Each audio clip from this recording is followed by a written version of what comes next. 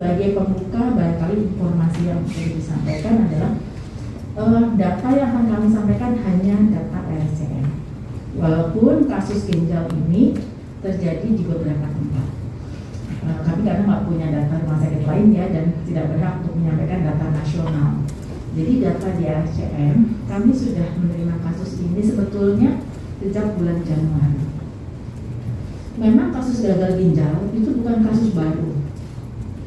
Dari dulu bertahun-tahun selalu ada kasus gagal ginjal, baik gagal ginjal anak maupun gagal ginjal dewasa. Apa yang disebut gagal ginjal adalah ketidakmampuan ginjal untuk bekerja.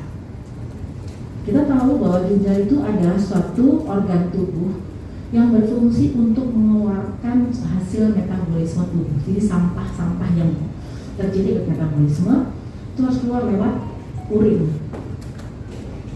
Jadi apa yang keluar dari urin kita, pipis kita, itu adalah hasil yang sebetulnya memang tidak boleh menumpuk dalam badan. Kalau gagal ginjal, artinya ginjalnya nggak bisa mengeluarkan urin dengan level berbeda, mulai dari nggak bisanya ringan, sedang, sampai berat. Yang berat itu adalah kalau ginjalnya sama sekali tidak bisa mengeluarkan urin, nggak ada urinnya. Membayangkan nggak kalau kita nggak bisa keluar urin?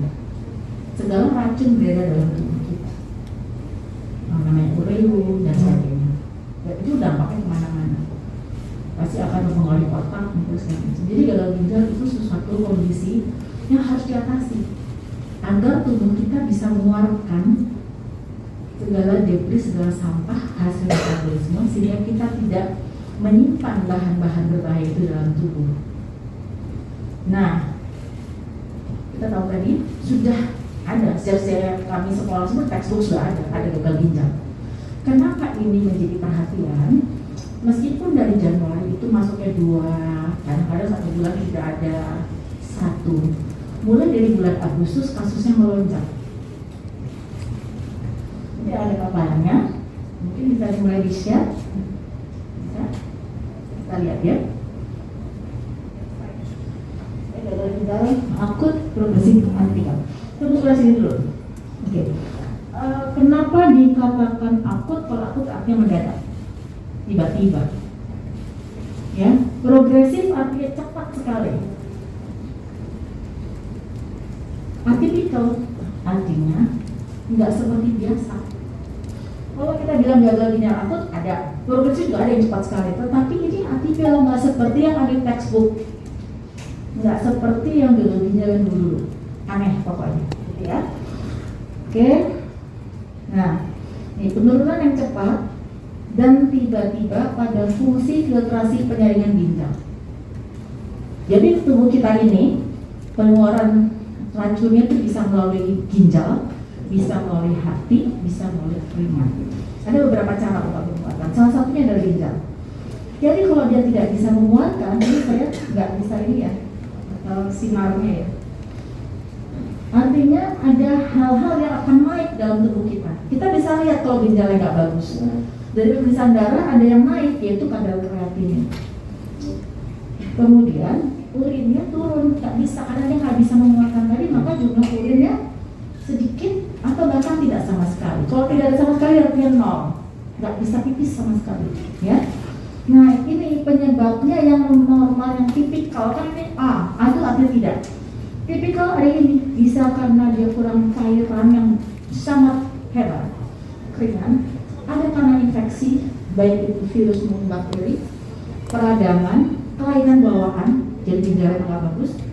Yang kelima adalah intoxikasi, keracunan bahan berbahaya. Jadi kelima ini sebab yang mungkin bisa terjadi pada anak itu. Slide. Nah ini yang tadi saya bilang. Januari, Februari 2, 0, 1, 0, 3, 21, lalu tiba-tiba 8, 20, 11, dan Oktober ini belum selesai. Sampai dengan tanggal hari ini, kita ada 11. Gitu ya. Slide berikutnya.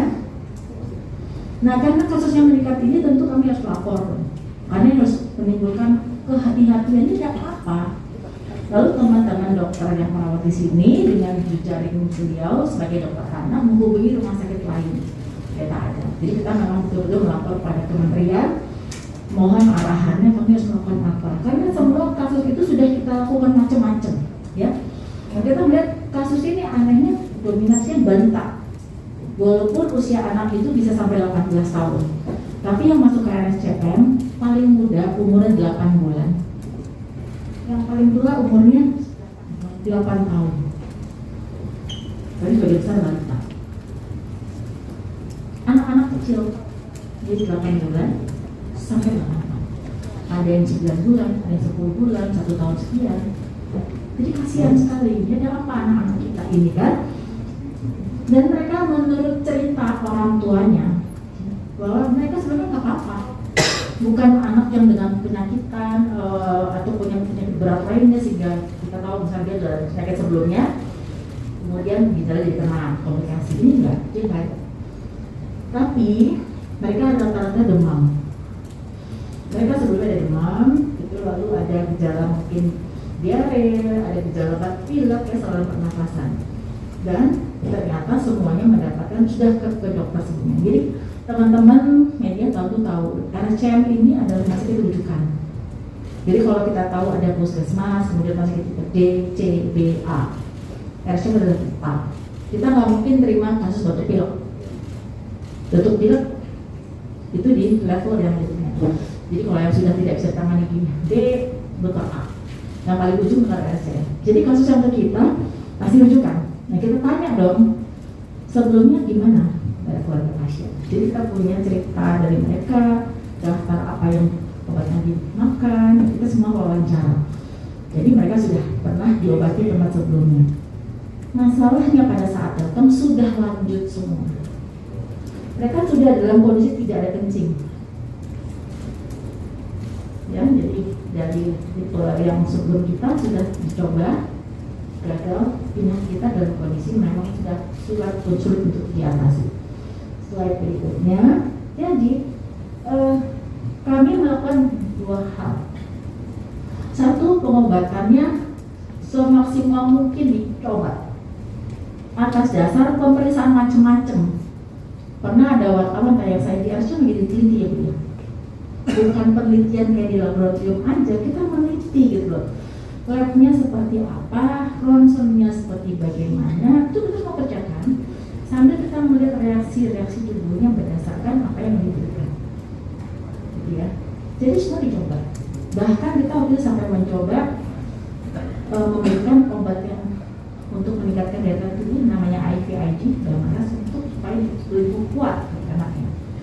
Tapi ternyata itu juga kurang memberikan hasil yang maksimal. Sebagian baik, sebagian tidak. Jadi kita USG ginjalnya tidak ada pengelolaan. Kita cari arah infeksi. Tidak ada virus maupun kuman yang secara spesifik. Kita cari arah COVID, enggak juga. Kita cari apakah efek vaksin, enggak juga. Tidak ada pengaruh dari vaksin karena kecil 8 bulan enggak ada dong. Tapi apakah dia terkena COVID? Enggak ada juga. Kan kita cek dulu darahnya, ada enggak sih dia terinfeksi. Ada sedikit sekali sebagian dari mereka yang mana, tapi ada dalam tubuh darah, tapi enggak semuanya, dan itu kecil. Jadi kita mencari ke berbagai arah gitu ya. Akhirnya dokter-dokter kami mendapatkan berita di Gambia, tentang Gambia. Pasti teman-teman udah pernah baca juga.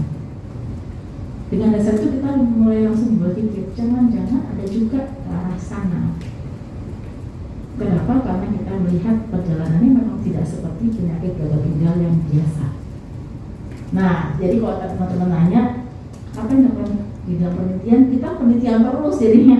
Udah penelitiannya sekarang kita ke arah itu tadi. Benar nggak kita seperti di Gambia? Artinya ada faktor dalam tubuh yang merupakan zat yang toksin atau berbahaya dalam tubuhnya. Jadi penelitiannya ke sana. Kita ambil darah dan kencingnya, kalau ada kencingnya, kemudian kita cari di keluarganya apakah ada paparan-paparan mungkin dari hal-hal yang baik. Kita tak tarik lah obat-obat apa yang sama ini sebelum anaknya dikirim ke RSCM dipakai. Seperti itu ya teman-teman ya. Jadi mungkin tambah kurangnya dilengkapi oleh direktur medik dan juga dari teman-teman klinisi lainnya. Silakan, cukup. Oke, dari dokter.